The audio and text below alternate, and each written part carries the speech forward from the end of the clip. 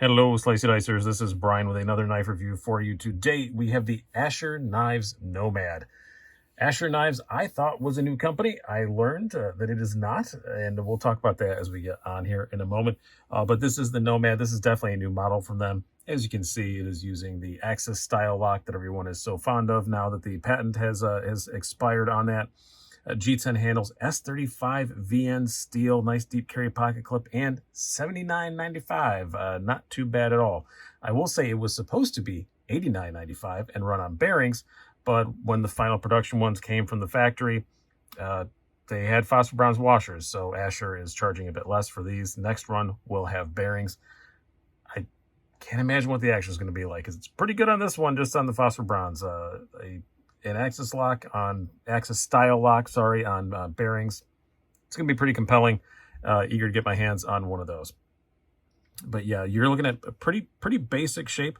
Handle shape's a bit unique though. It's just it's not quite as swoopy as some of the other knives you see in this sort of genre. You obviously have the little filler tab for the pocket clip. It is right hand, left hand carry. This is the optional $5 premium clip. It comes with another one. Let's bring out the box because it comes with some cool stuff. So I ordered it with the premium clip, which actually was, or with the premium clip that was not installed. That was actually in the box. Now the other one is in the box. If I can get the box open, it's much harder to get open when there's no weight in it. Here we go. So yeah, this is the standard clip that it comes with, just a bit longer, and it's more of a stonewashy finish instead of polished. But it also, as you can see, comes with spare Omega springs, which is pretty cool, because that is one thing that, if this style lock has any weaknesses, is those springs breaking. It comes with an extra set. Not too bad at all. Now, a little bit about the company. I knew nothing of them. Somebody recommended them, I think in a live show or something. I went, saw it, looked like a really good value, looked like a cool knife, so I bought it. Since I have watched a Therapeutic Edges video on the Asher Sentry, which is one of their models, and he explained that, yeah, in the past, some people had told him this company made, for lack of a better term, homages. Not clones or anything. They put their own names on them, but they definitely were very similar to other knives, and, you know, made overseas, probably at the same factory. So there's that. But all of that stuff is erased from history like it was Chris Benoit. So I'm not stressing about it. I'm just going to keep an eye on them. If they start doing stuff like that again, I'll be the first to condemn them. But right now, I'm just going to go with what I see in front of me, which is definitely a design of their own, and a pretty darn good one. Let's do some specs and some size comparisons before we get too much farther. We have an overall length of 7.4 inches, blade length of 3.2 inches, blade thickness of 0.92 inches, handle thickness of 0.3 inches, and a weight, according to my scales, of 0.51, or yeah, 3.51 ounces. I'll get it out of there eventually.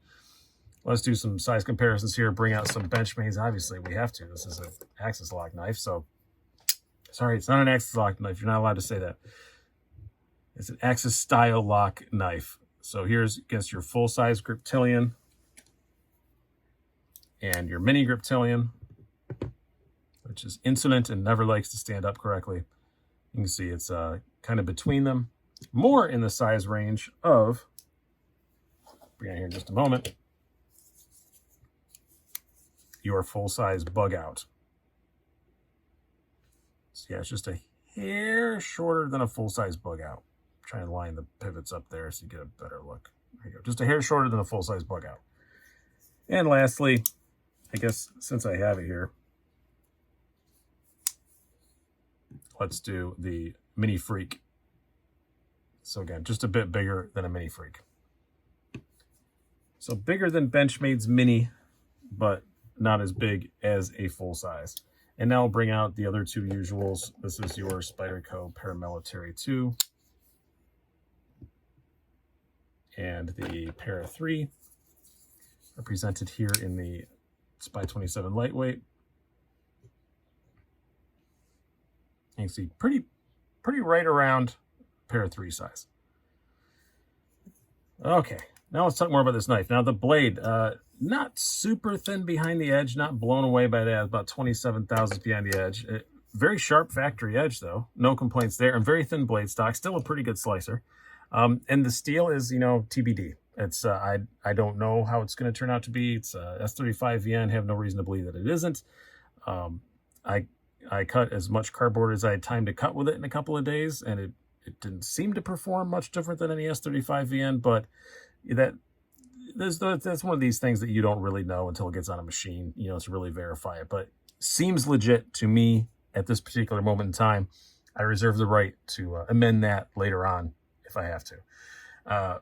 But not bad. I do love the blade shape. Very simple. It's somewhat reminiscent of a bug out blade shape, but that's not saying they're copied it. It's just that it's a pretty common blade shape. Just your basic simple drop point with a nice wedge on top. And no problems there. Fairly decent tip on it for how thin this blade stock is. Not bad at all. Thumb studs are out of the way. Really good sharpening choil on there. Shouldn't be any issues at all there. It's getting kind of close to the plunge there, but I don't think it should be much of an issue for at least several sharpenings.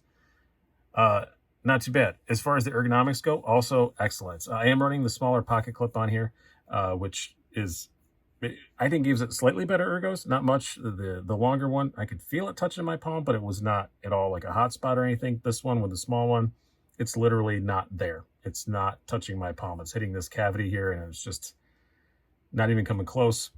No other hot spots at all.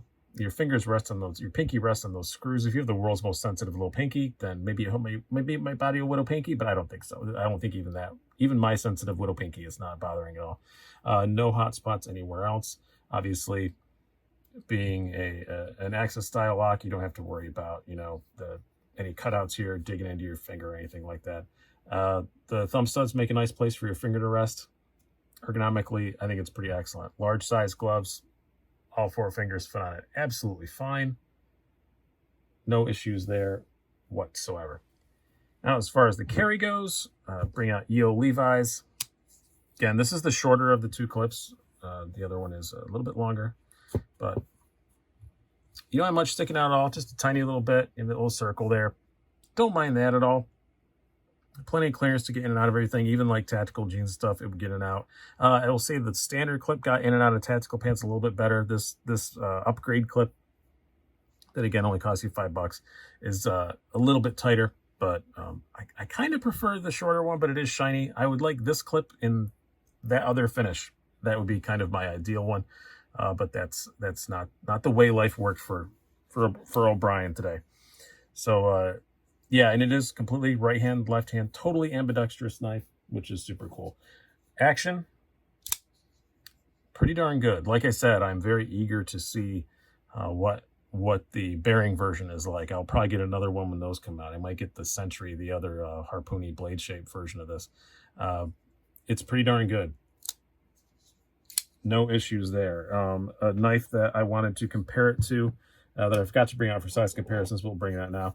The SOG Terminus. Now, right now, I only have the D2 version, which is less expensive than this. But SOG, if you remember correctly, has an S35VN version. I own one of those. It's with another reviewer at the moment. So that's why I don't have it here. But the SOG Terminus XR with the S35VN, very similar in size and similar, lock configuration, and a very similar price. Yes, you will be seeing a battle to the death between those two for absolutely sure. But to compare the actions on them, I think it's a little better than the SOG. The SOG is more drop shutty, and again, the action is identical between this D2 version and the S35 version.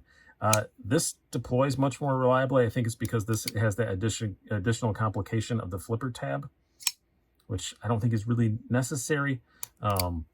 I would rather it just didn't have the flipper tab and they just, dialed everything in perfectly. Because I almost always use the thumb studs or like that.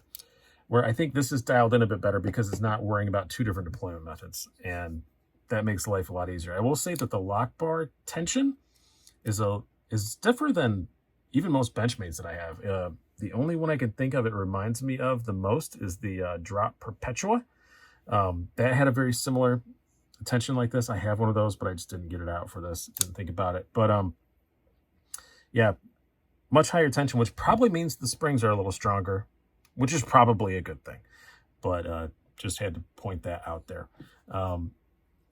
It's not quite super drop shutty, but it ain't bad if you actually hold the thing all the way and do it. It's fine. Getting a little flick, but it ain't bad. Again, I'm eager to see what this thing's going to be like on bearings. It's going to be a monster on bearings as far as fidget factor. It's going to be absolutely super cool because it ain't bad at all running on the washers.